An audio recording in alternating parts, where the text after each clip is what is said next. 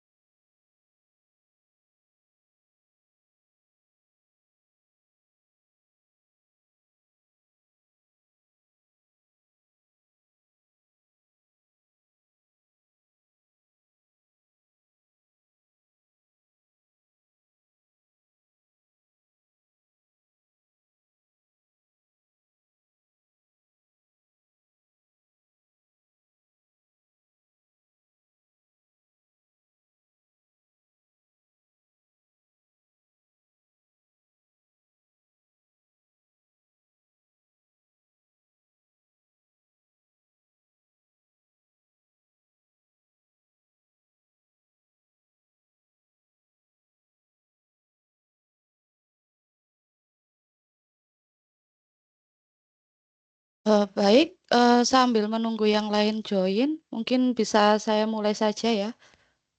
Saya izin share screen dulu.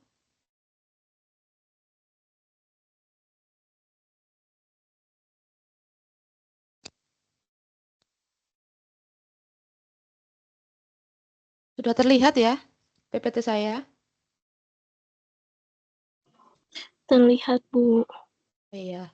Ini tadi saya juga nggak tahu ya, kenapa kok mulainya tiba-tiba sudah 40 menit. Nggak apa-apa, wis nanti. Mungkin tadi Kenapa? joinnya udah lebih dari awal, Bu. Oh, iya mungkin ya. Ini udah saya record, nanti untuk yang mau dipelajari lagi, nanti bisa saya kirimkan linknya gitu ya. Baik, saya mulai dulu. Assalamualaikum warahmatullahi wabarakatuh. Selamat Waalaikumsalam. pagi. Waalaikumsalam warahmatullahi wabarakatuh. Pagi, Bu. Jadi pada pagi hari ini kita akan membahas terkait dengan pembahasan tugas 2. Jadi tugas 2 ini udah mulai bisa dikerjakan di minggu ini ya. Jadi nanti ada waktu sekitar 1 minggu lagi biar kalian punya gambaran gitu gimana cara mengerjakannya. Nanti kalau ada yang bingung bisa ditanyakan juga di sini.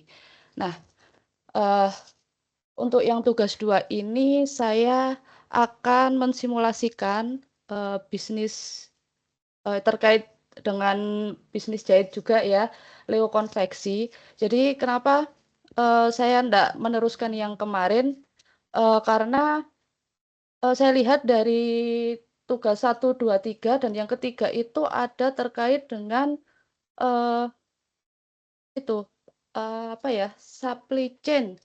Jadi itu ada kerjasama atau, kaitannya dengan distributor gitu. Jadi kayaknya kalau bisnisnya terlalu kecil nanti, mensimulasikannya nanti terlalu sempit gitu. Jadi nanti semisal kemarin ada yang bikin bisnisnya mungkin bisnis rumahan, nanti bisa ditingkatkan lagi. Jadi bidangnya tetap sama, tapi nanti bisa di-up-kan lagi gitu. Jadi misal kayak kemarin tuh ada yang bikin bisnis kue ya, jadi ada yang bisnisnya sendiri, bikin donat sama apa ya kemarin, brownies atau apa gitu.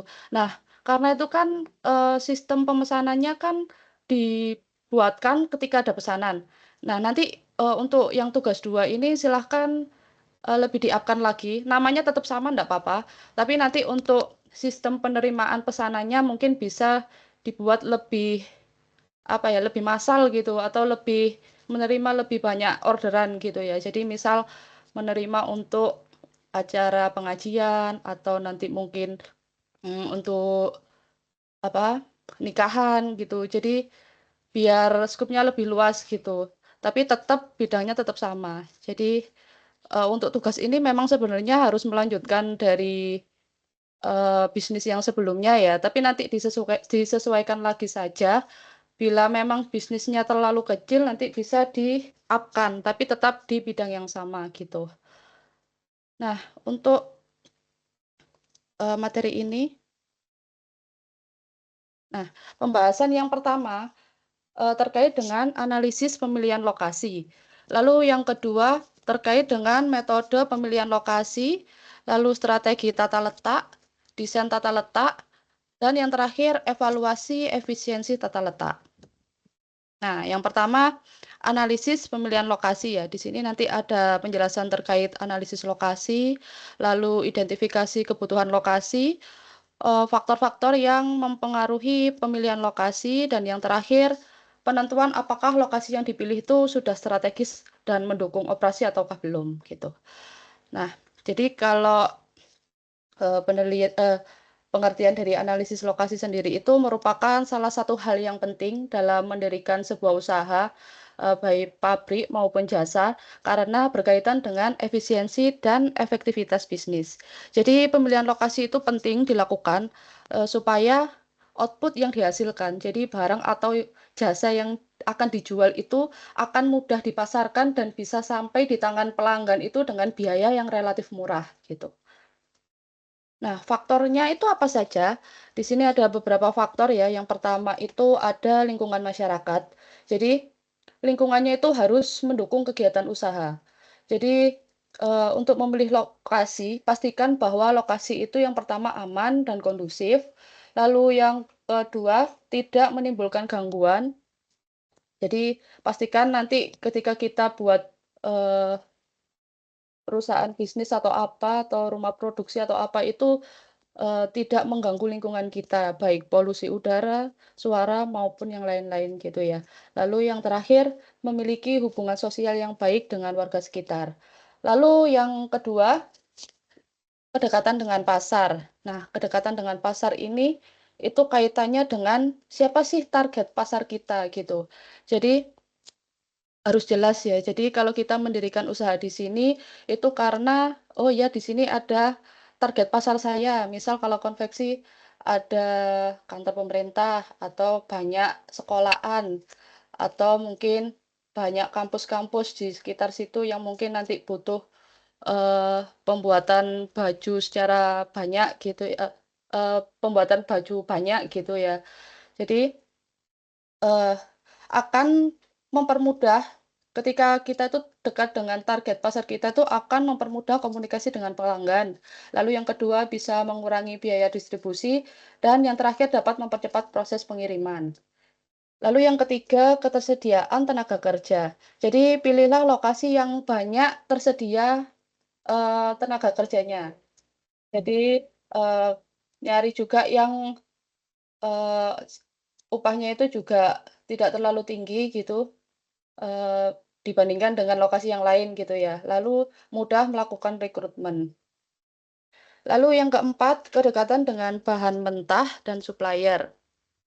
Jadi lokasi yang dekat dengan supplier itu bisa memberikan keuntungan. Yang pertama itu pengadaan bahannya itu jauh lebih cepat, lalu biaya transportasinya juga lebih rendah, dan resiko keterlambatan produksi itu juga berkurang.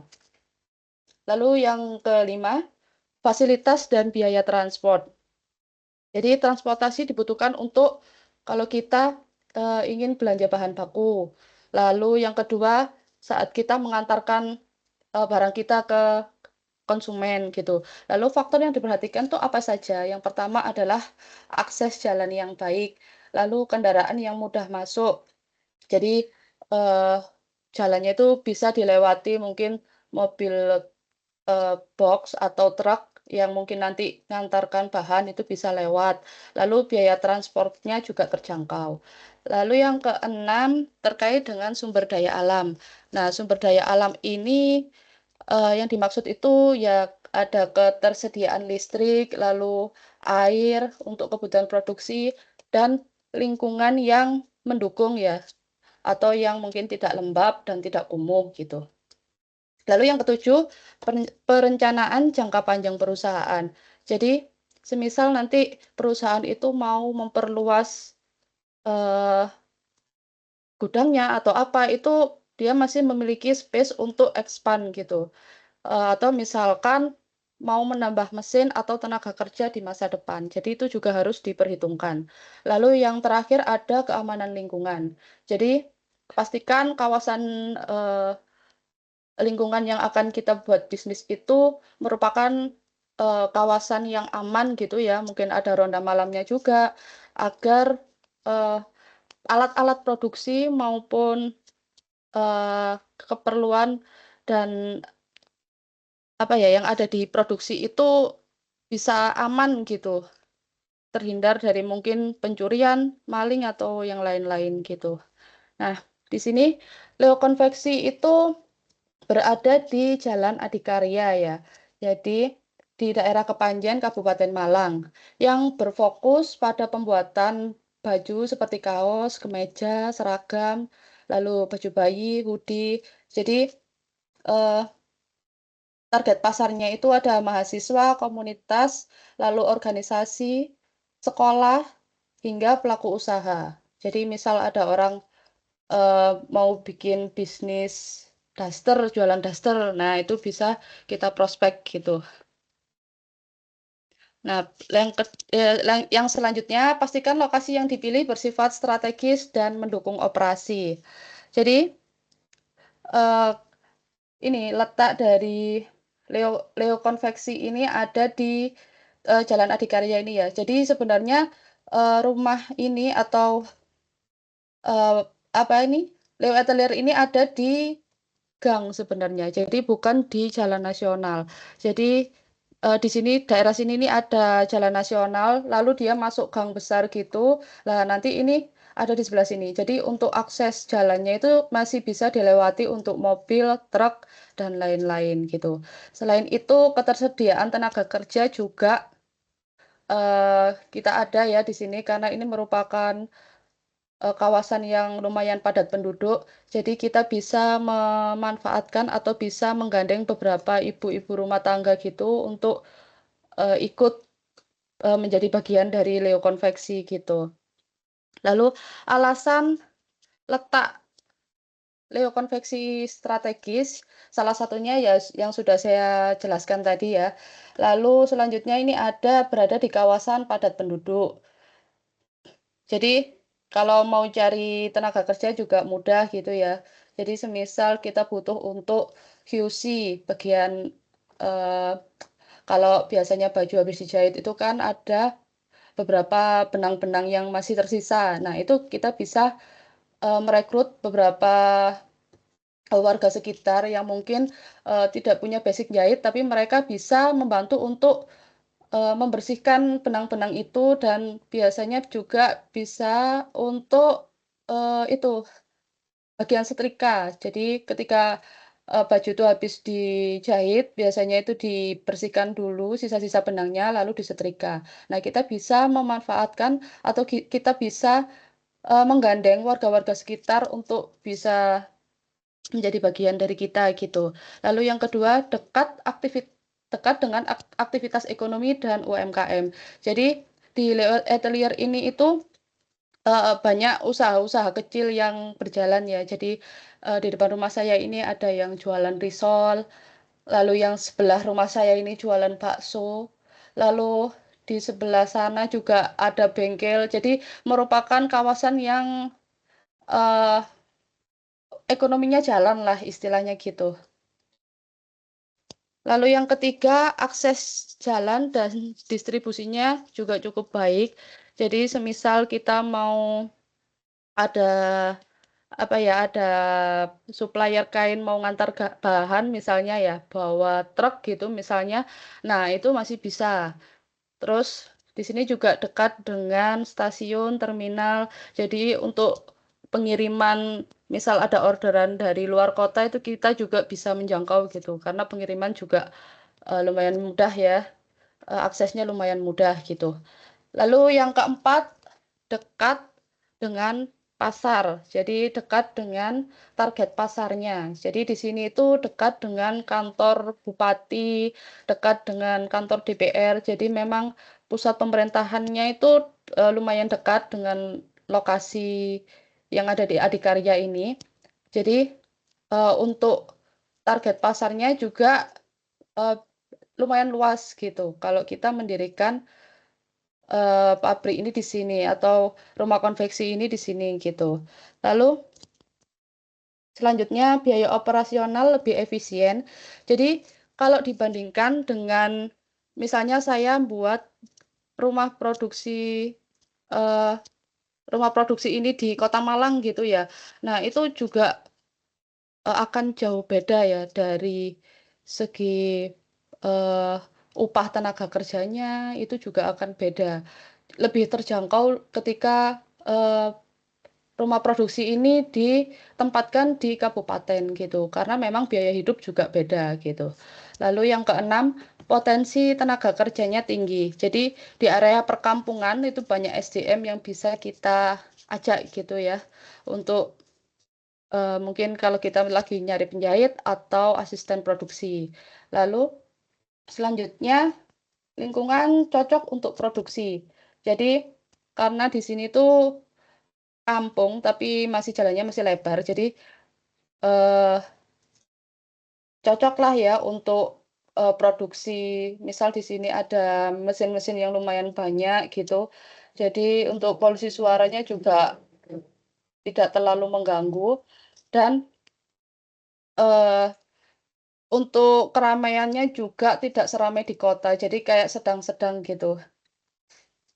Nah, bagaimana jika kita tidak mempertimbangkan faktor pemilihan lokasi dalam merencanakan bisnis? Nah, jadi yang pertama itu bisnis itu sulit dijangkau pelanggan sehingga jumlah pengunjung menjadi sedikit. Lalu yang kedua itu sulit mendapatkan pelanggan karena lokasi tidak sesuai dengan target pasar, lalu aksesnya juga kurang nyaman atau kurang strategis, lokasi sulit dicari. Lalu ada penjualan cenderung rendah, lalu distribusi bahan baku juga kurang efisien, bisnis sulit berkembang karena kurang dikenal masyarakat dan risiko kerugian usaha menjadi lebih besar. Nah, ini saya contohkan ya. Jadi di dekat rumah saya itu ada eh, bisnis orang yang bisnis kue yang menurut saya itu udah lumayan terkenal ya di Kepanjen. Tapi itu lokasinya itu masuk gang. Jadi kalau rumah saya ini kan udah masuk gang, tapi gangnya masih besar ya. Nah, itu di sebelah rumah saya itu ada gang masuk lagi agak kecil gitu. Nah, itu tuh tokonya itu ada di situ. Nah, saya tuh sering kali menemui ada ibu-ibu gitu, biasanya itu berhenti di depan rumah saya. Kalau saya waktu mau keluar gitu ya, saya sering kali menemui ibu-ibu yang bingung sama HP-nya gitu. Ternyata ibu-ibu ini itu nyari lokasi toko kue ini. Jadi toko kue ini memang sebenarnya itu terkenal, cuman karena lokasinya itu ada di gang, jadi itu banyak eh, orang-orang itu yang mau nyari itu kesusahan gitu, apalagi kalau ibu-ibu ya. Karena kalau target dari toko kue, jadi toko kue ini itu nerima catering, lalu kayak kue-kue basah. Jadi kalau misal ada mau buat rapat atau mau buat acara itu nikahan, seserahan nikahan itu juga ada. Jadi memang produknya itu lumayan banyak dan target pasarnya itu ndak hanya anak muda aja, tetapi juga banyak kalangan ibu-ibu yang mana ibu-ibu itu kadang tuh untuk baca maps itu kesusahan gitu. Jadi eh, itu juga apa ya kelemahan kalau kita tidak memperhatikan eh, lokasi dari bisnis kita itu berjalan gitu. Jadi ada lagi waktu itu saya itu menemui ada mobil box berhenti di depan rumah saya. Dia tuh ya nyari toko ini karena dia mau mengantarkan bahan baku gitu. Jadi kayak tepung, margarin itu ada yang ngantarkan gitu ya. Tapi karena jalannya ini memang harusnya itu memang harus ada apa ya, kayak penunjuk arahnya gitu. Kalau di sini itu ada bisnis kue gitu ya, cake and bakery gitu. Namanya apa misalnya itu di gangnya itu harusnya ada. Karena ini ndak ada, jadi banyak orang-orang itu yang apalagi kalau bukan orang asli Kepanjen ya itu kebingungan gitu untuk nyari gang ini nih di mana sih gitu. Jadi ya untungnya sih gang ini masih bisa dilewati mobil. Jadi bisa dilewati tapi hanya satu arah aja, jadi nggak bisa papasan gitu. Jadi itu pentingnya ya kalau kita mau bikin bisnis, apalagi kalau pengennya itu bisnisnya bisa besar gitu ya. Jadi itu kalau bisa lokasi harus harus ditentukan dan disurvei secara mendalam gitu ya, biar untuk kedepannya itu tidak tidak menimbulkan kerugian gitu. Jadi kalau gini kan kalau misalnya kita bikin bisnisnya itu di pinggir jalan raya besar, jalan nasional gitu. Nah, itu kan target pasar kita tuh enggak hanya orang Kepanjen aja gitu. Jadi misal ada orang mau ke Surabaya, misal orang Blitar mau ke Surabaya, lewat jalan itu, kok lihat ada toko rame, pasti kan ada kemungkinan orang itu untuk nyoba, untuk mampir gitu. Nah, tapi beda halnya kalau bisnis ini tuh nyempil di gang gitu. Pasti nanti yang tahu ya hanya orang-orang sekitar sini saja. Dan kalau mereka itu promosinya nggak gencar juga nggak akan tahu kalau di sini itu ada bisnis gitu. Meskipun bisnisnya itu misal kuenya enak, lalu apa namanya itu apa namanya itu menarik gitu ya. Kayak saya lihat seserahannya itu juga kalau buat paket seserahan itu memang cantik-cantik gitu. Jadi kayak hiasan kuenya itu bagus banget gitu.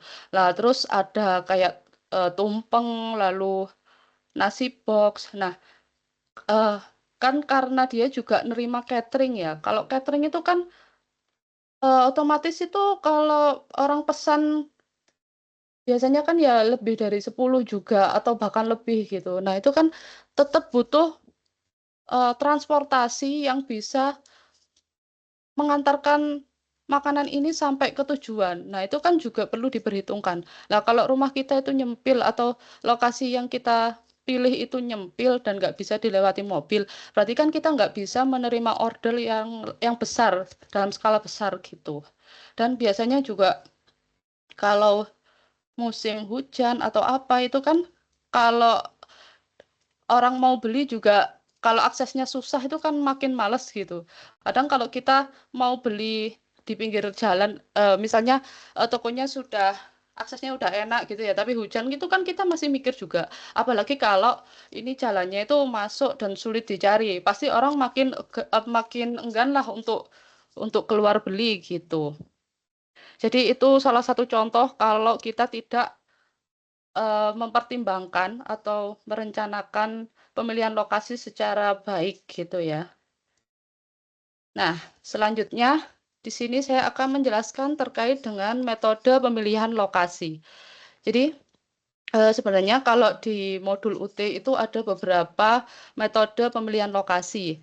Tapi ini saya ngambil yang punyanya Prasetya dan Lukiastuti karena saya kira ini juga jauh lebih gampang dan lebih mudah dipahami gitu ya. Soalnya kalau yang lain itu memang banyak hitungan yang mungkin nanti mahasiswa juga kesusahan gitu. Jadi ini saya pilih salah satu saja. Tapi nanti semisal kalian mau cari metode yang lain, menggunakan metode yang lain silahkan gitu ya. Jadi ini yang pertama ada metode kuantitatif, kualitatif. Untuk menilai secara kualitatif baik buruknya suatu daerah. Jadi nanti hasilnya itu bisa dibedakan antara lokasi, misal lokasi A, B, C, D dari yang sudah kita survei, nanti penentuannya itu kita bisa menggunakan metode kuantitatif kualitatif ini. Lalu selanjutnya ada analisis biaya dalam penentuan lokasi. Nah, ini terkait dengan biaya tetap dan biaya variabel. Jadi nanti di sini ada sedikit hitungan gitu ya untuk eh, menentukan kira-kira biaya yang mungkin paling rendah di antara pilihan-pilihan kita yang lain itu yang mana gitu. Nah, ini yang metode kualitatif kuantitatif. Jadi dilakukan terhadap beberapa alternatif lokasi usaha konveksi berdasarkan faktor-faktor yang mempengaruhi kegiatan produksi. Yang pertama itu ada tenaga kerja, biaya sewa bangunan, lalu biaya listrik dan air, transportasi, pendekatan supplier, supplier kain gitu, lalu akses pasar. Jadi di sini saya nyoba memilih beberapa lokasi. Yang pertama itu di Kepanjen, lalu yang kedua di Kota Malang, lalu yang ketiga di Kromengan. Di Kromengan ini Kabupaten Malang yang agak pelosok gitu ya. Lalu ada di Kota Batu gitu. Nah, di sini keterangannya kalau B itu baik, S itu sedang, K itu kurang.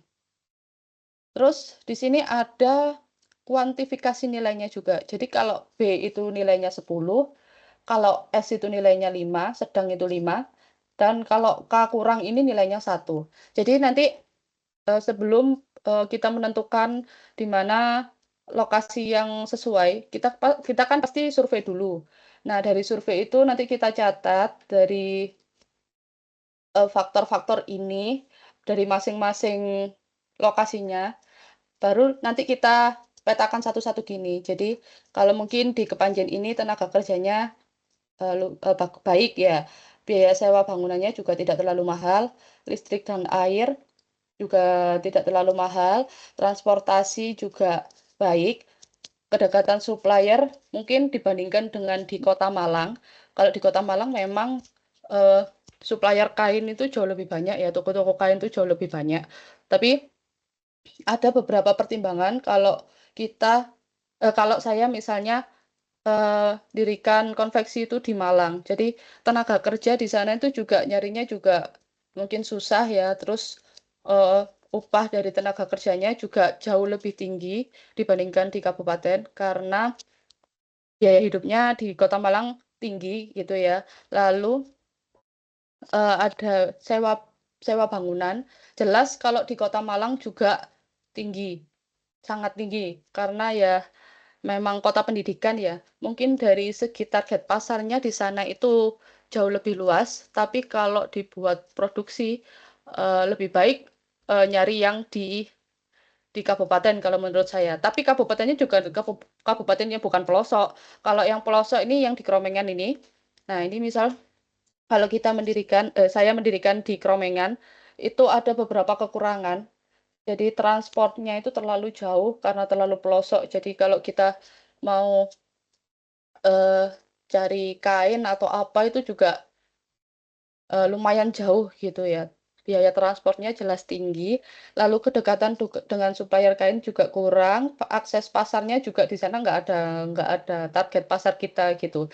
Jadi kalau kita memilih di Kepanjen ini, itu pertimbangannya itu eh, kita bisa target pasarnya bisa mencakup orang-orang sini. Jadi sekolah-sekolahan, kantor pemerintah, lalu mungkin beberapa pembisnis-pembisnis baju gitu ya. Tapi kita juga bisa memperluas target pasar kita itu di kota lain gitu, atau misal, eee, produksinya tetap di Kepanjen, tapi kita cari, apa namanya, cari konsumennya itu tidak hanya di Kepanjen. Nah, itu akan jauh lebih menguntungkan dibandingkan kalau kita, eee,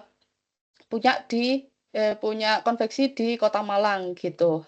Nah, apalagi kalau Kota Batu. Kalau kalau Kota Batu itu di samping jauh ya, karena memang lebih jauh, agak gunung gitu, jadi untuk aksesnya banyak yang kurang.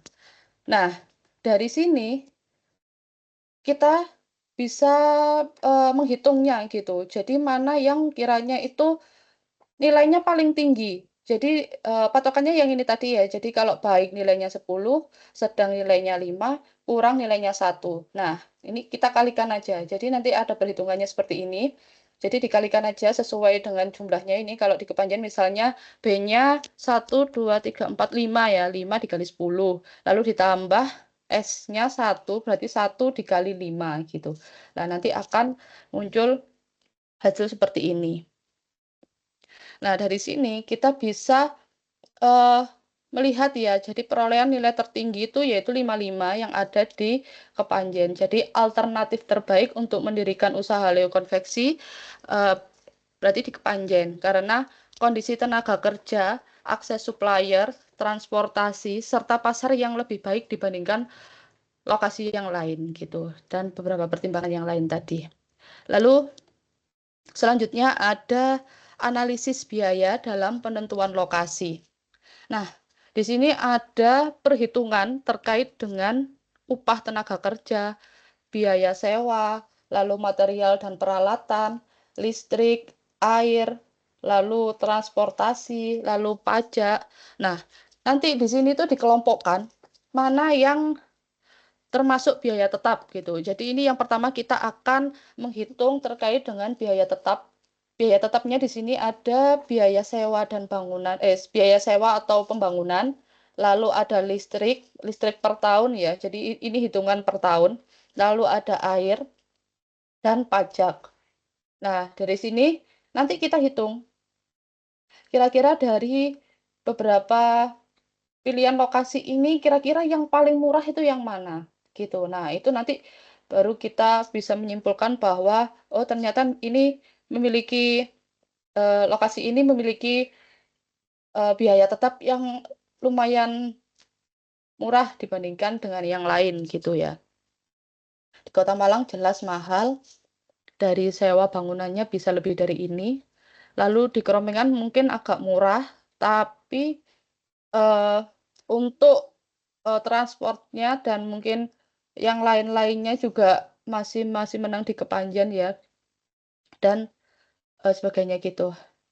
Ini, jadi nanti bisa disimulasikan seperti ini per per lokasinya gitu, nanti dipilih yang paling, rendah. Lalu selanjutnya untuk menghitung biaya variabel per unit. Jadi di sini ada tenaga kerja, lalu ada material dan peralatan, ada transportasi.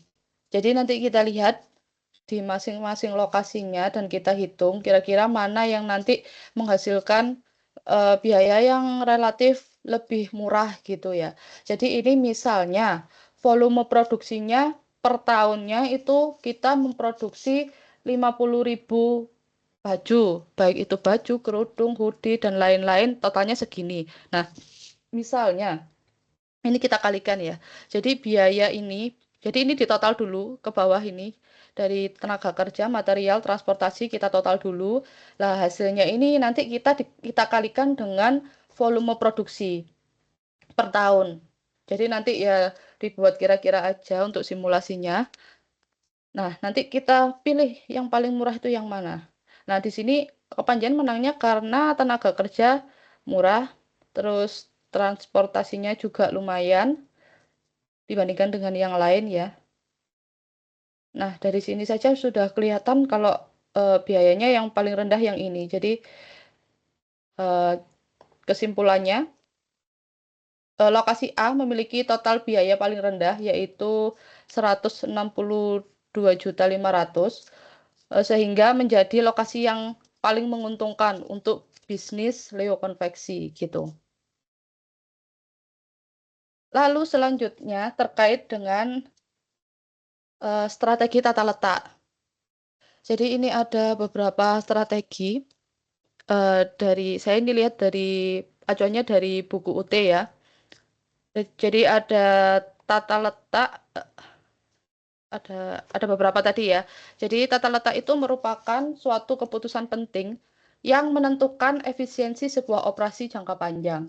Jadi tata letak yang efektif dapat membantu organisasi mencapai sebuah strategi yang menunjang diferensiasi, biaya rendah, atau respon yang cepat. Jadi tujuannya adalah membangun tata letak yang ekonomis, dapat memenuhi kebutuhan pelanggan, lalu meminimalkan handling cost, lalu efisiensi ruang, tenaga kerja, lalu mengurangi kendala proses, efektivitas pengurangan ruangan pabrik, dan lain-lain gitu ya. Nah, ini yang pertama terkait dengan tata letak posisi tetap. Jadi itu kalau tata letak posisi tetap itu proyeknya tetap berada dalam satu tempat, sementara yang pindah adalah pekerjanya dan alatnya. Nah, ini kalau dari contoh gambar ini merupakan ruangan yang ada di rumah sakit gitu ya. Jadi kalau tempat operasi, lalu ruang radiologi, lalu ruang puli sadar itu kan tempatnya tetap. Tapi yang berpindah adalah orangnya, misal dokternya, perawatnya, lalu pasiennya, dan juga alat-alat pendukung, misal kayak kalau operasi bawa gunting dan lain-lain gitu ya. Nah, ini alurnya, kalau misal ada orang yang patah tulang gitu, jadi alurnya itu dia akan ke radiologi dulu, lalu ke ruang operasi, lalu ke puli sadar, ke farmasi, lalu selanjutnya keluar gitu ya, gitu. Jadi tidak hanya layout ini tidak hanya untuk ruang operasi saja, tapi bisa juga untuk pembuatan rumah, pembuatan kapal, proyek konstruksi. Jadi yang berpindah adalah orangnya. Jadi intinya di sini itu yang berpindah itu orangnya, gitu. Lalu yang kedua ada tata letak berorientasi pada proses. Jadi proses layout. Nah, proses layout ini intinya itu mesin dan peralatan itu dikelompokkan berdasarkan jenis dan fungsinya gitu. Jadi kalau di konveksi ya, jadi mesin jahit itu disendirikan di satu tempat gitu, khusus mesin jahit. Lalu area obras juga khusus area obras saja. Terus ada area potong, ada area QC, ada area packing gitu. Jadi dikelompokkan sesuai dengan sesuai dengan alatnya gitu. Nah, di sini setrika, untuk bagian setrika juga disendirikan. Lalu gudangnya juga. Jadi dikelompokkan berdasarkan mesin dan fungsi yang sama. Lalu selanjutnya ada tata letak sel kerja. Jadi bentuknya itu ada yang lurus gini, ada yang bentuk letter U, terus ada yang berkelompok agak bulat-bulat gini, ada yang melengkung. Jadi pengelompokan mesin dan pekerja untuk membuat satu jenis produk tertentu secara lebih fokus dan cepat. Nah, ini biasanya tujuannya itu untuk mengurangi perpindahan barang. Jadi dia itu diurutkan gitu ya. Jadi misal dari sini baru ke sini. Jadi misal kalau di dapur, mungkin ini bagian potongnya, bagian nyucinya, lalu bagian masaknya, sampai nanti di sini itu tempat terakhir sebelum dikasihkan ke pelanggan gitu, makanannya gitu. Jadi berurutan gitu. Jadi contohnya ini konveksi. Jadi kalau konveksi tadi bisa diurutkan dari, kalau misal prosesnya itu bikin pola dulu, lalu potong, jahit, obras, lalu finishing. Nah, itu kita buat berurutan gitu tempatnya. Jadi perpindahan barangnya itu tidak terlalu jauh gitu. Nah, itu akan jauh lebih efisien dibandingkan kalau tidak urut. Jadi kalau tidak urut pasti nanti akan bertubrukan di tengah gitu kan, akan maut gitu. Nah, selanjutnya ada kafe atau restoran. Jadi untuk membuat kopi, plating, lalu sampai pengambilan minumannya gitu. Dan juga mungkin biasanya bisa diterapkan di pabrik-pabrik. Jadi kayak pabrik, mungkin ini pabrik laptop atau komputer gitu ya, dari motherboard, pemasangan chip, lalu pengecekan dan packing. Jadi biar runtut gitu. Sehingga produknya ini tuh berjalannya enggak sampai loncat gitu loh. Jadi langsung satu garis lurus gitu. Meskipun nanti bentuknya ada yang letter U, ada yang lengkung gini, tapi kan tetap urut gitu. Jadi intinya gitu kalau tata letak sel kerja. Lalu selanjutnya ada tata letak kantor. Jadi kalau tata letak kantor itu biasanya untuk meningkatkan aliran informasi dan produktivitas. Jadi di sini ada macam-macam ya. Jadi ada open office layout. Nah, kalau open office layout itu biasanya kalau kita di rumah sakit gitu, bagian informasi. Nah, itu kan merupakan open apa ya, terbuka gitu loh. Maksudnya kantornya itu tidak ada sekat. Jadi langsung bertatapan langsung gitu. Jadi biasanya ada di perusahaan startup juga, lalu kayak tempatnya perawat, misal kalau dirawat inap, nah itu kan ada tempat ada kantornya perawat tuh, nah itu kan juga open office gitu, konsepnya open office. Nah kalau yang close office itu biasanya kayak ruang dosen, biasanya itu dibuat kayak kotak-kotak gitu, terus ada pintunya, jadi semisal kayak mahasiswa mau bimbingan itu bisa lebih privat gitu ya. Lalu ada ruang pemeriksaan dokter dan juga kantor pemerintahan. Jadi biasanya itu ada sekat-sekatnya gitu. Lalu yang ketiga itu hybrid layout. Kalau hybrid itu ya gabungan antara open office dan close office. Nah, biasanya kita temui juga ada di rumah sakit ya. Jadi kalau di bagian depan atau bagian perawat itu terbuka, tapi untuk pemeriksaan pasien itu tertutup. Lalu di kampus misal bagian depan front office itu juga pakai open office, tapi untuk ruangan dosennya itu dikelompokkan gitu ya, eh, per ruangan atau mungkin dibuat kotak-kotak gitu. Lalu di bank juga begitu. Jadi ada 3 ini kalau tata letak kantor. Nah, selanjutnya adalah tata letak retail. Jadi kalau retail itu tujuannya untuk menarik perhatian pelanggan dan meningkatkan penjualan. Jadi ini tata letak untuk misalnya supermarket atau minimarket gitu. Jadi semakin besar produk yang dapat dilihat pelanggan, maka penjualan akan semakin meningkat. Jadi keuntungan juga akan semakin meningkat gitu. Jadi biasanya tata letak retail itu fokusnya pada perilaku konsumen. Nah, ini saya kasih contoh yang gampang gitu ya. Jadi kalau kita ke Indomaret atau Alfamart misalnya. Nah, ketika masuk, biasanya di depan kita itu udah ada produk-produk yang promo gitu. Nah, itu ditaruh di bagian depan. Dan bagian minuman cenderung ada di sebelah kiri. Jadi bisa kita lihat kalau kita ke Indomaret atau Alfa, itu pasti minuman ada di sebelah kiri. Dan juga untuk bahan kebutuhan pokok ada di belakang. Nah, itu merupakan kaitannya dengan perilaku konsumen. Jadi perilaku konsumen itu kalau masuk ke apa ya, kalau masuk ke supermarket atau ya Indomaret gitulah, itu orang cenderungnya itu akan jalan ke kiri. Jadi bagian kiri itu akan diisi dengan produk-produk yang mungkin banyak dibeli orang gitu. Jadi seperti minuman, makanan ringan itu di sebelah kiri. Dan produk kebutuhan pokok itu ada di belakang.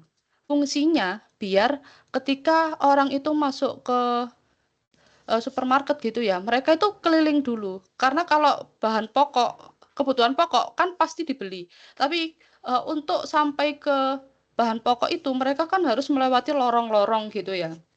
Nah, itu fungsinya biar rencananya biar apa ya, kalau mereka itu rencananya cuma mau beli gula sama minyak, ternyata di situ ada produk promo, misalnya teh atau apa promo, akhirnya mereka beli juga gitu. Jadi memang itu adalah strategi yang digunakan perusahaan retail biar konsumen itu membeli banyak gitu ya, istilahnya misalnya niatnya cuma beli ini tapi akhirnya beli ini gitu. Jadi begitu. Nah, biasanya ada beberapa produk juga itu yang ditaruh di kasir. Jadi kalau ditaruh di kasir itu biasanya kan ada permen, ada coklat gitu. Nah, itu juga untuk menarik impulse buying customer gitu. Jadi misalnya nggak ada rencana buat beli permen, akhirnya beli permen. Jadi saya kemarin tuh juga waktu mau ke Surabaya sempet mampir ke Alfa gitu ya. Saya tuh rencana mau beli air minum sama tisu. Tapi ketika saya menunggu antrian di kasir, saya lihat di situ ada permen.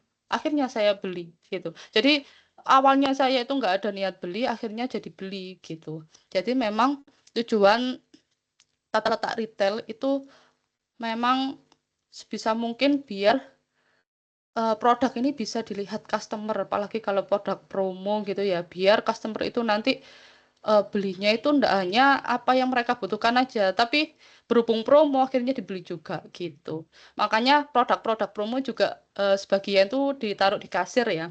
Karena kadang biasanya kita mau beli, misal beli sampo merek A gitu ya. Terus di kasir ditawari, "Mbak, ini yang merek B promo nih, jadi segini." Akhirnya kita nggak jadi beli produk A, jadi beli produk B gitu.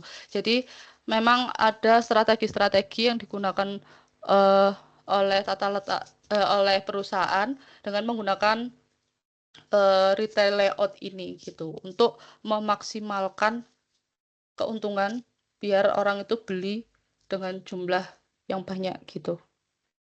Nah, kalau di toko baju biasanya itu yang di-display adalah baju-baju yang mungkin paling bagus gitu ya, di-display di depan. Kalau kita lihat di Matahari juga akan di-display di depan mungkin produk terbarunya atau mungkin ketika lagi misalnya Natal gitu ya. Jadi konsepnya warnanya merah hijau. Nah, yang dipajang akan dengan nuansa nuansa Natal gitu. Nah, fungsinya apa? Untuk menarik konsumen. Jadi, semakin produk itu dapat dilihat pelanggan, maka penjualan juga akan semakin meningkat. Jadi, untuk menarik menarik eh, perhatian pelanggan gitu untuk membeli gitu. Lalu selanjutnya ada tata letak pelayanan atau service layout. Jadi, ini fokusnya pada kenyamanan pelanggan, kelancaran aliran layanan, dan efisiensi operasional. Jadi, biasanya itu untuk mengurangi antrian dan meningkatkan efisiensi kerja karyawan. Jadi, biasanya ini uh, uh, service layout ini biasanya itu diterapkan di kafe atau di restoran. Sebenarnya di minimarket juga bisa. Jadi, ketika masuk itu kan sebelah kanan ada kasir. Nah, itu layout service layout ini itu memberikan apa ya namanya ya.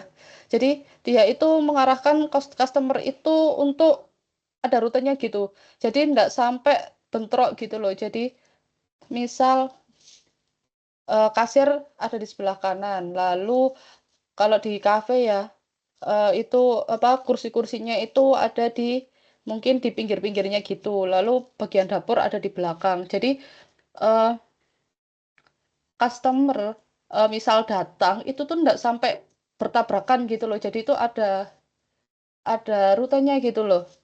Nah, itu pentingnya service layout. Jadi kalau kita ke minimarket juga gitu kan. Jadi ada lorongnya. Jadi itu ada space untuk barang promonya di sebelah sini gitu. Lalu kasirnya sini, lalu toiletnya ada di belakang, gudangnya ada di belakang. Jadi itu memang sudah dikonsep sesuai dengan ini letak pelayanannya gitu.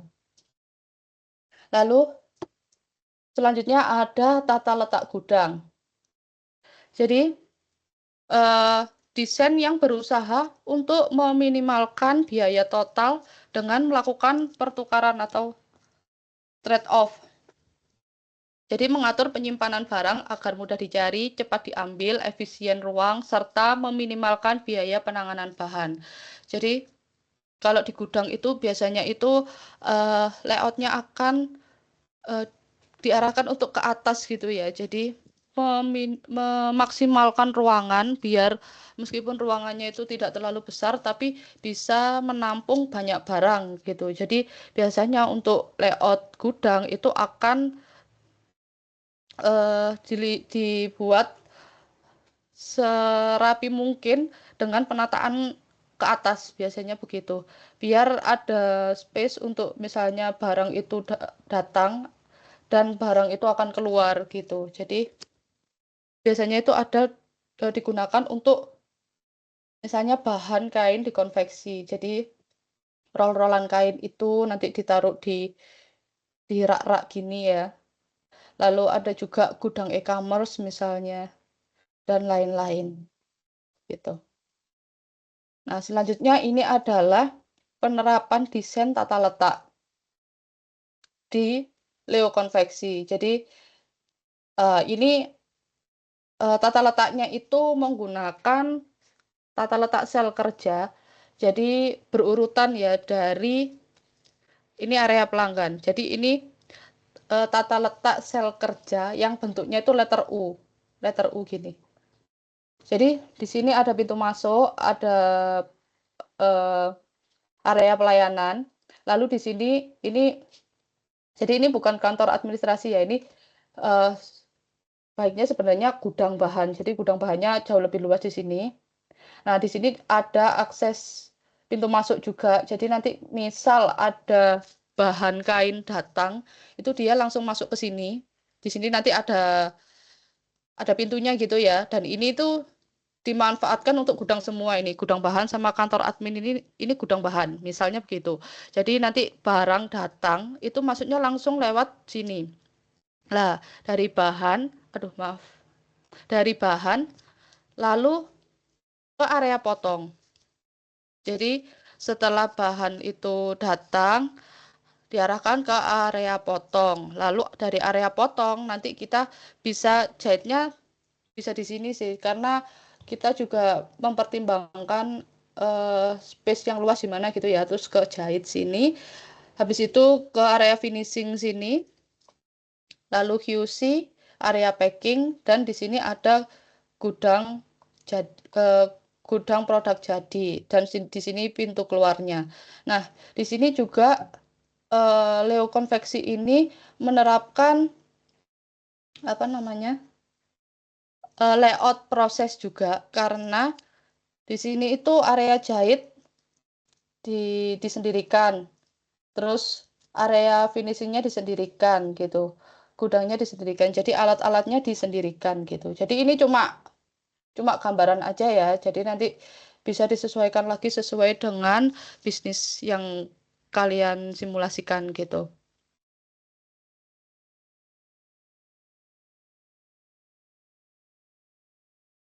Nah, ini alasan kenapa cocok menggunakan layout sel. Yang pertama, aliran produksinya bisa lebih efisien. Lalu yang kedua, meminimalkan perpindahan material. Jadi perpindahannya itu hanya geser-geser gitu aja. Tadi di contohnya mungkin agak loncat ya, tapi nanti bisa disesuaikan dengan alurnya. Jadi misal nanti ruangannya itu agak lebar, bisa dibuat benar-benar berurutan gitu. Lalu yang ketiga, memudahkan pengawasan. Jadi kalau letter U itu bisa pengawasannya jauh lebih mudah gitu ya. Jadi nanti yang ngawas itu ada di tengah gitu. Jadi bisa memonitor semuanya gitu. Lalu yang keempat, komunikasi antar pekerja lebih lancar karena juga berdekatan gitu ya dan berurutan. Jadi misal ada kesalahan atau apa itu produk ini tuh nggak sampai jalannya terlalu jauh gitu. Lalu yang kelima, fleksibel untuk produksi batch. Jadi kalau produksi kan juga produknya tidak tentu sama ya, bahkan model bajunya juga belum tentu sama gitu. Nah, ini juga cocok untuk menggunakan layout cell gitu. Karena jumlahnya juga per modelnya biasanya kalau konveksi itu banyak. Jadi beda kayak custom. Kalau custom kan cuma satu orang satu biasanya. Nah, kalau konveksi kan biasanya pemesanannya dalam jumlah yang banyak gitu. Lalu yang keenam, mengurangi bottleneck atau penumpukan kerja. Jadi alurnya itu bisa lancar gitu karena dia berurutan. Jadi prosesnya berurutan gitu. Lalu lebih hemat ruang dan memudahkan pengembangan. Jadi misal mau nambah mesin atau apa itu tanpa harus merubah seluruh layout karena dia kan dikelompokkan sesuai dengan mesinnya, alatnya gitu. Lalu yang terakhir terkait dengan evaluasi efisiensi tata letak. Jadi evaluasi tata letak itu dilakukan untuk memastikan aliran produksi berjalan lancar, meminimalkan perpindahan material, mengurangi waktu tunggu, serta meningkatkan efisiensi kerja. Nah, ini bisa dilakukan untuk menganalisis bottleneck, lalu waktu tempuh antar stasiun kerja, dan efisiensi aliran material maupun informasi. Nah, ini terkait dengan analisis potensi bottleneck. Jadi bottleneck itu apa sih? Bottleneck itu hambatan yang ada dalam proses produksi. Jadi misalnya ya kalau di konveksi biasanya itu ada penumpukan pekerjaan di bagian penjahitan. Jadi karena jahit ini kan butuh waktu lama ya untuk pengerjaannya. Mungkin ada yang dedel atau apa, maksudnya bongkar gitu. Itu kan memakan waktu sehingga menghambat uh, proses kerja yang lain. Jadi mandeknya jadi dijahit aja. Jadi nggak bisa lanjut ke step selanjutnya. Jadi terjadi bottleneck-nya di sini. Nah, gitu. Nah, misalnya lagi ada mesin obrasnya yang misal terlalu sedikit jumlahnya. Jadi karena pemesanannya banyak, antara mesin jahit dan mesin obrasnya misalnya itu jumlahnya tidak sama, lebih sedikit mesin obras. Nah, ini mungkin ada kemungkinan bottleneck-nya di bagian obras gitu.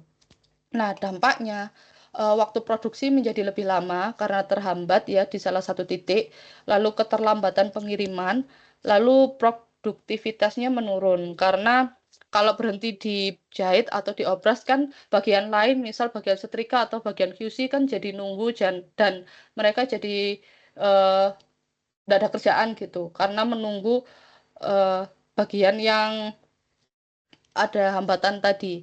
Nah, solusinya apa? Yang pertama bisa menambah mesin obras. Misal kalau kendalanya di mesin obras ya, karena mesin obrasnya terlalu sedikit misalnya.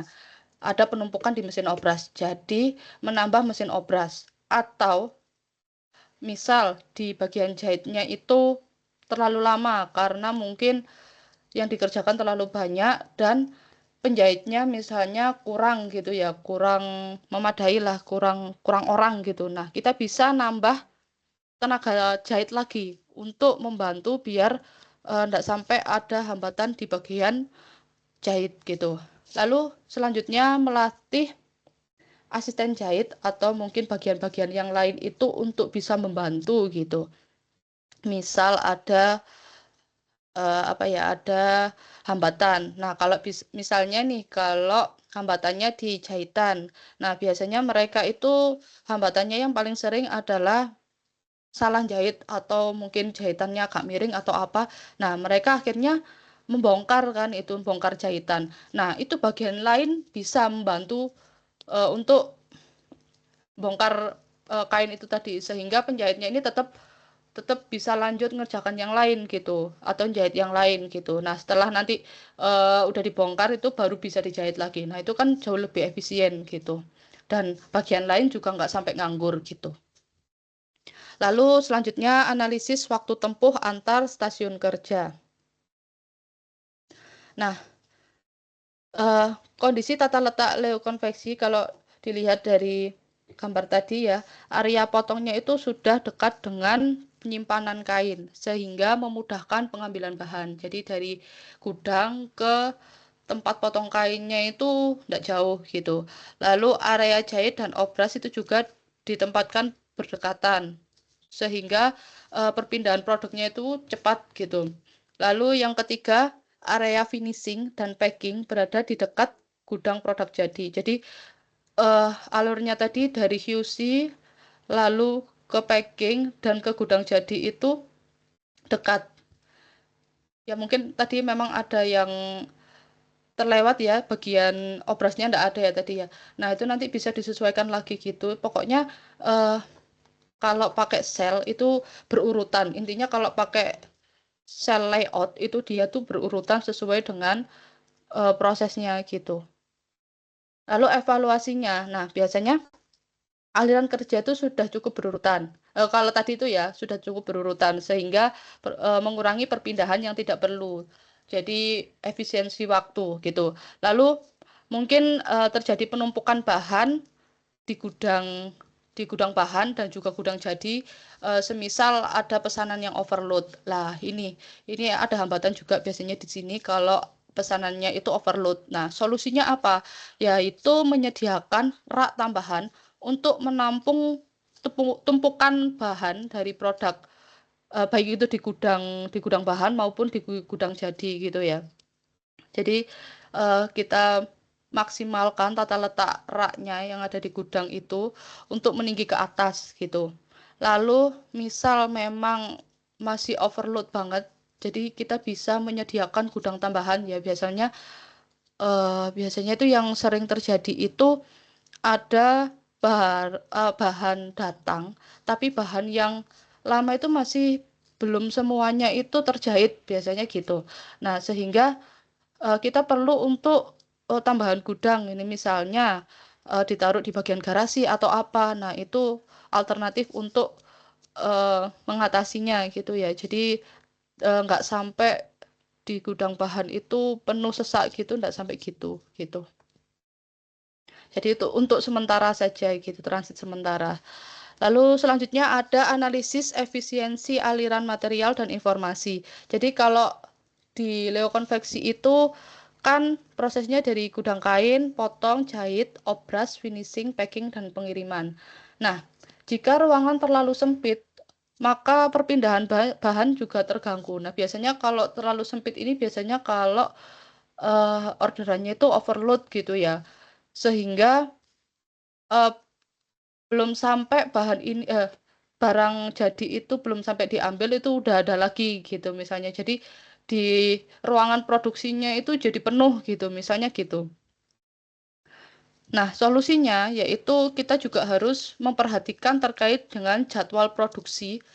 Jadi kapan barang itu datang, kapan diambil, terus kapan barang yang lain, orderan yang lain datang lagi dan kapan diambil itu harus tertata secara rapi sehingga tidak ada penumpukan stok barang jadi maupun stok dari bahan yang mau dijahit itu numpuk di gudang gitu. Jadi jadwalnya memang harus rapi gitu agar tidak terjadi hambatan gitu ya. Dan dapat memperlancar produksinya gitu. Nah, sekian paparan dari saya. Mungkin ada yang mau ditanyakan? Oh iya, tadi ada yang tanya juga di mana? Di diskusi terkait dengan apa ya tadi? Apa itu namanya? Angkringan. Jadi ada yang tanya kalau layoutnya angkringan itu gimana gitu. Jadi kalau angkringan itu bisa pakai service layout. Jadi penempatan kasirnya di mana, lalu tempat duduknya itu di mana, tempat duduk pelanggannya itu, lalu juga bagian dapurnya di sebelah mana, dan dapurnya itu juga bisa menggunakan itu pengelompokan, misal bagian pembuatan kopi gitu ya di sebelah sana, lalu bagian masak sebelah sini, lalu bagian yang lain sebelah sini dikelompokkan, bisa seperti itu gitu. Mungkin ada yang ditanyakan? Nanti, iya gimana? Oh, enggak ada. Oh, ini sebentar di chat ada yang tanya. Nah, ini ada yang tanya, wedding content creator untuk tata letaknya bagaimana atau boleh ganti. Nah, itu ada kantornya enggak ya kira-kira? Kalau misal ada kantornya, misal kayak travel gitu kan biasanya kan ada tokonya, ada agen tokonya gitu. Nah, misal ada itu bisa dibuat seperti itu sih, dibuat seperti contohnya tadi sih. Jadi pemilihan lokasi dan lain-lain gitu. Tadi siapa yang tanya ya?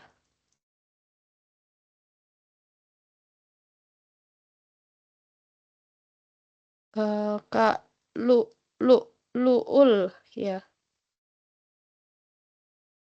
Kalau misal ada store-nya juga bisa.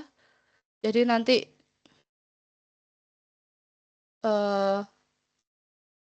pakai itu ya tata letak kantor gitu. Atau misal mungkin kalau memang yang kemarin tidak memungkinkan untuk dilanjutkan, boleh diganti.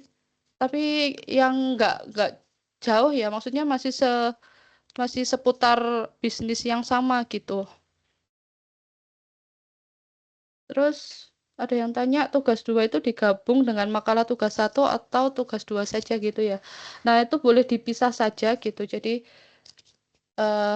untuk tugas 2 dibuatkan makalah lagi gitu.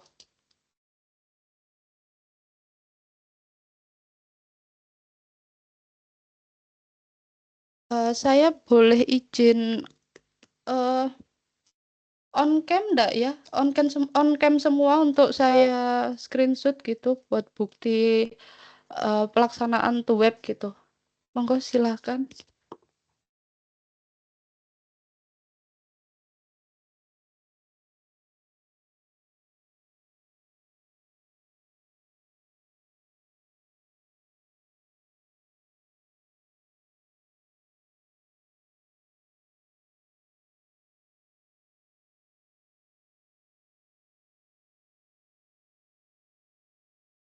Bentar ya, yang pertama dulu.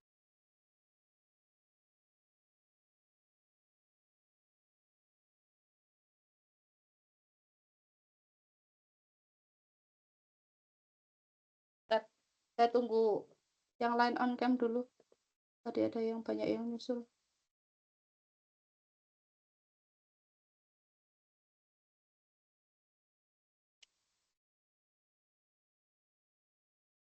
Oh iya, yang enggak bisa ya enggak apa-apa.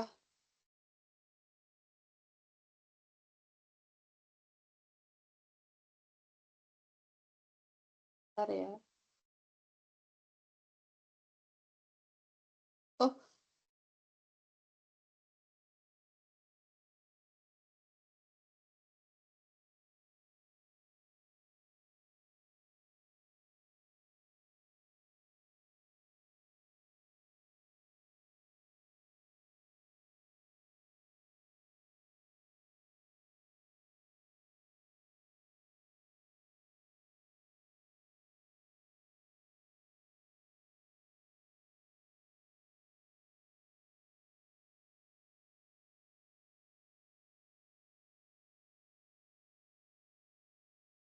satu, dua, tiga.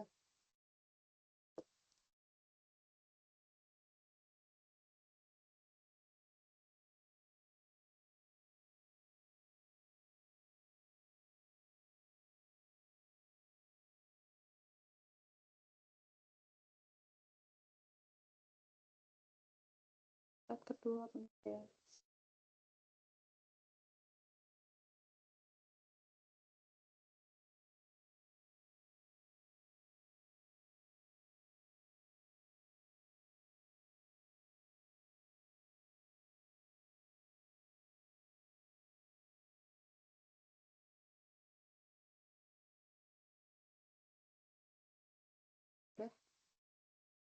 Monggo kalau mau ada yang bertanya lagi silahkan.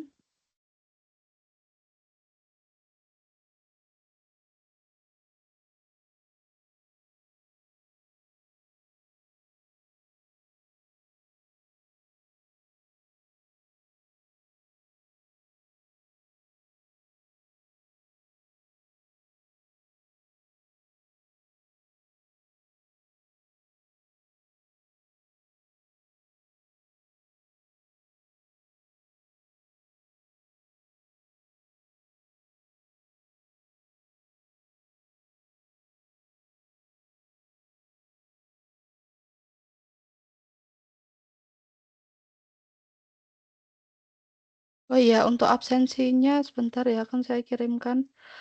Jadi absensinya saya kirimkan di sini saja karena pengalaman dari yang atau web kemarin saya kirim di WA, banyak yang nggak ikut tuh web tapi ikut absen gitu.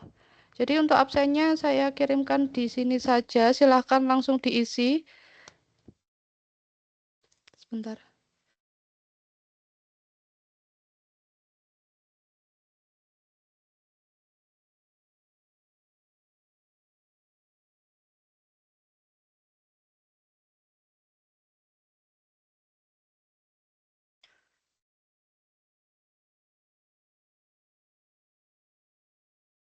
Apakah PPT? Iya, nanti PPT saya kirimkan di grup BA ya.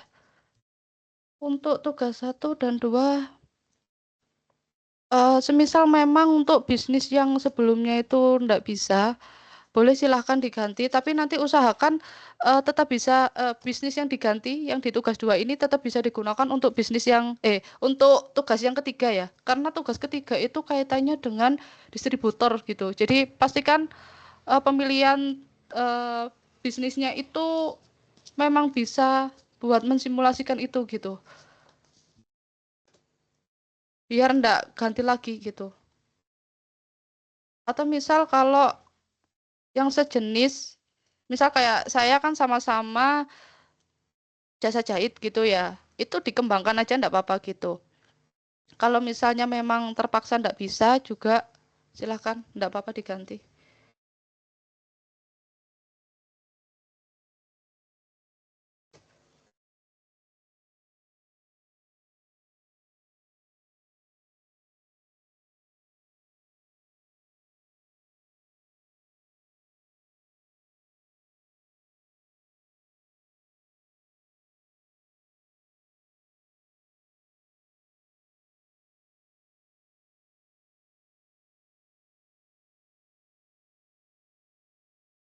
Dan kemarin itu yang tugas 1 itu banyak bisnis yang sama gitu. Jadi usahakan nanti untuk untuk tugas 2 ini berbeda gitu ya, jangan jangan banyak yang sama. Soalnya kemarin saya lihat itu yang di tugas 1 tuh banyak yang pakai Eco Wash Laundry, lalu pakai apa ya kemarin tuh kayak makanan apa yang tinggal masak itu banyak banget yang pakai gitu. Jadi kalau bisa cari bisnis yang nggak sama sama temennya gitu ya. Karena kalau gitu kan kesannya kayak, oh ini kopas di mana gitu. Jadi gitu. Jadi usahakan untuk apa namanya beda gitu tugasnya bisnisnya dari temennya gitu ya. Biar nilainya juga maksimal gitu. Baik, silakan absensi dulu. Kalau ada yang mau bertanya lagi silakan.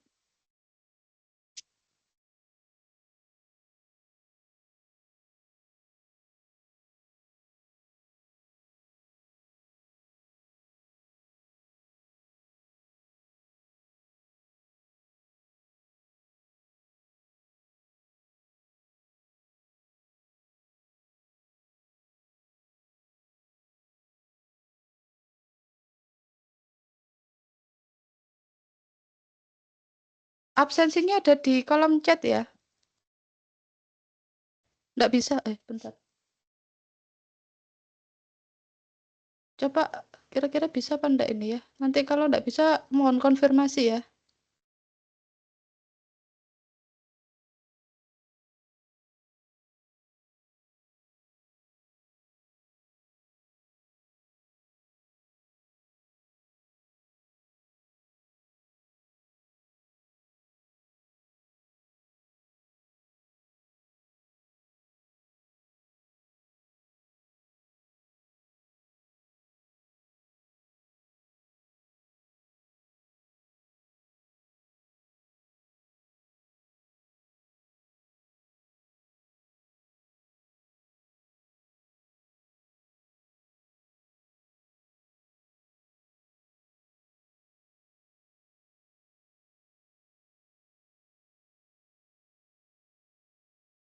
Baik, apabila tidak ada pertanyaan lagi, mungkin bisa saya akhiri.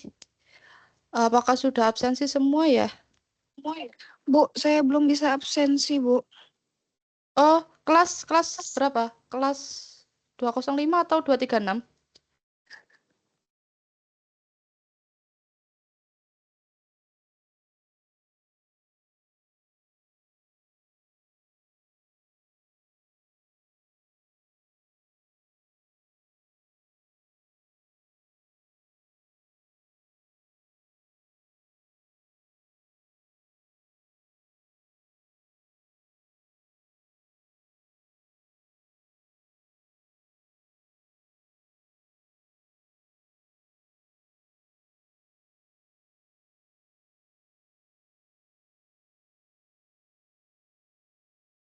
Sambil saya lihatkan yang tugas 3 ya. Nanti biar bisnisnya bisa enggak ganti lagi gitu.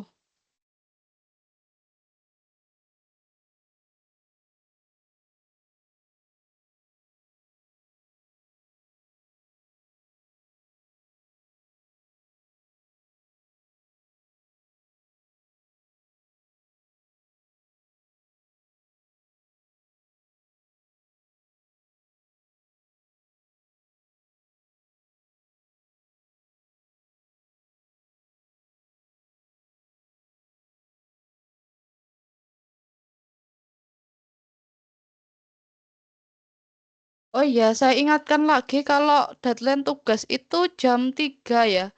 Kalau diskusi itu biasanya kan sampai jam 12. Nah, ini kalau tugas itu cuma sampai jam 3. Kemarin ada yang WA saya karena lewat, karena dia taunya jam 12 gitu. Ternyata ditutupnya jam 3 sore. Jadi, mohon untuk diperhatikan gitu ya. Nah, ini untuk tugas 3 itu terkait dengan kualitas produk, metode pengendalian kualitas, lalu ada, nah ini, manajemen rantai pasok. Nah, ini kaitannya dengan supplier, distribusi, dan pelanggan.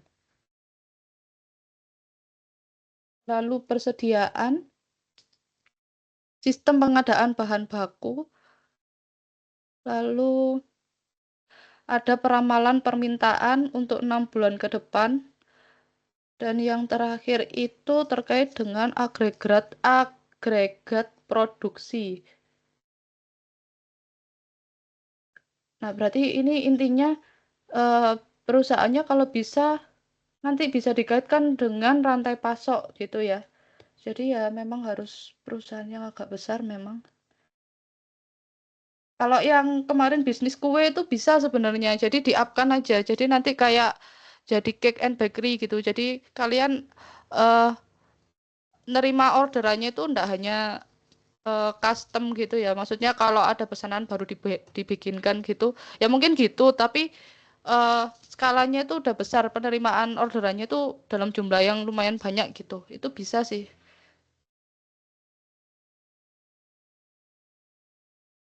Nah, gitu. Apabila tidak ada yang bertanya lagi, mungkin bisa saya akhiri. Baik, sekian. Saya tutup web 2 pada pagi hari ini. Terima kasih atas kehadiran dan partisipasinya. Apabila ada salah kata, saya mohon maaf. Assalamualaikum warahmatullahi wabarakatuh. Waalaikumsalam warahmatullahi wabarakatuh. Terima Waalaikumsalam kasih, Bu. warahmatullahi wabarakatuh. Ya, Terima kasih, Bu. sama-sama. Waalaikumsalam. Terima kasih, Bu. Izin keluar, Bu. Ya, silakan. Izin keluar, Bu. Ya.